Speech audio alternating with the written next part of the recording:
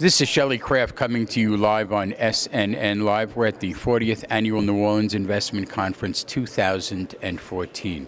I have with me Mr. Peter Dasler of CanAlaska Uranium Ltd. It's two symbols I'm going to give you. The first one is CVV on the TSX venture and CVVUF in the U.S. Peter, welcome back to SNNLive. Thanks, Shelley. It's good to be here again. It's been 15 months since we chatted about what CanAlaska was doing.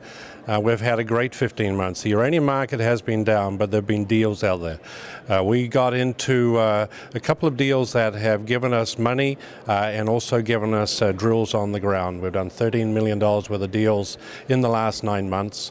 $11.8 million being put into the ground by Chuck Fipke, the famous diamond explorer.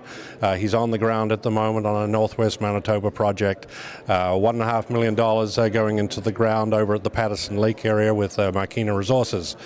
Excuse me. You've been a very busy man in the last 15 months, haven't you? Well, there were a lot of other things to do as well. I did get married in that time as well, so... Well, congratulations. But, you know, seriously, folks, the market has changed. We've seen a 30% change in the price of uranium in the last 8 weeks. It's gone from $26 to $36. Why? I think there's the realization that the producers don't make money at $36, and there's a demand for uranium that has to be fulfilled by the producers.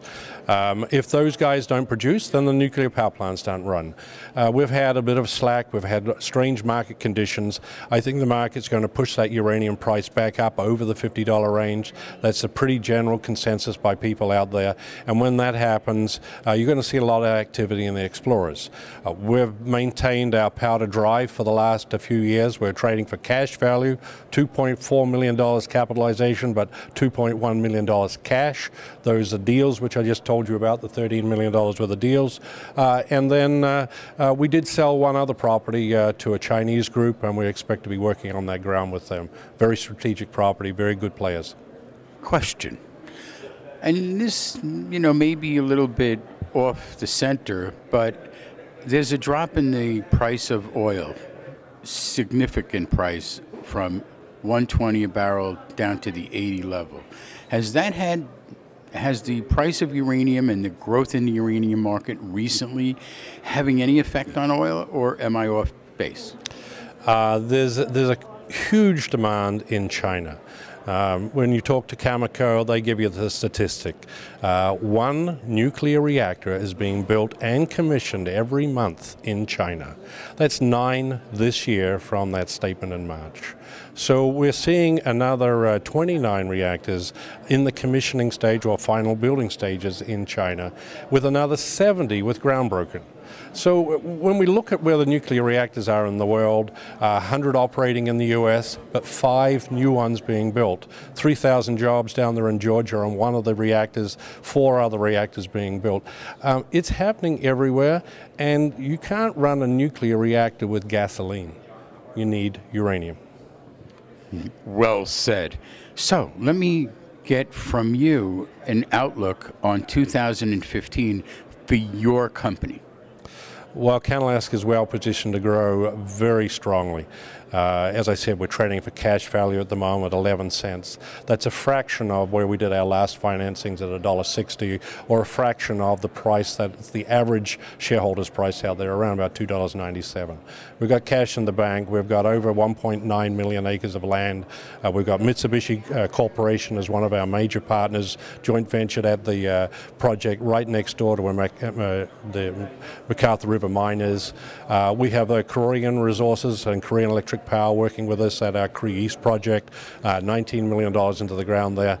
You know, if you add it up, we've got $4 share value sunk in the ground, and the Fukushima aftermath just put a malaise in the industry and dropped us from $1.60 down to 10, 11 cents. Good buying opportunity for investors.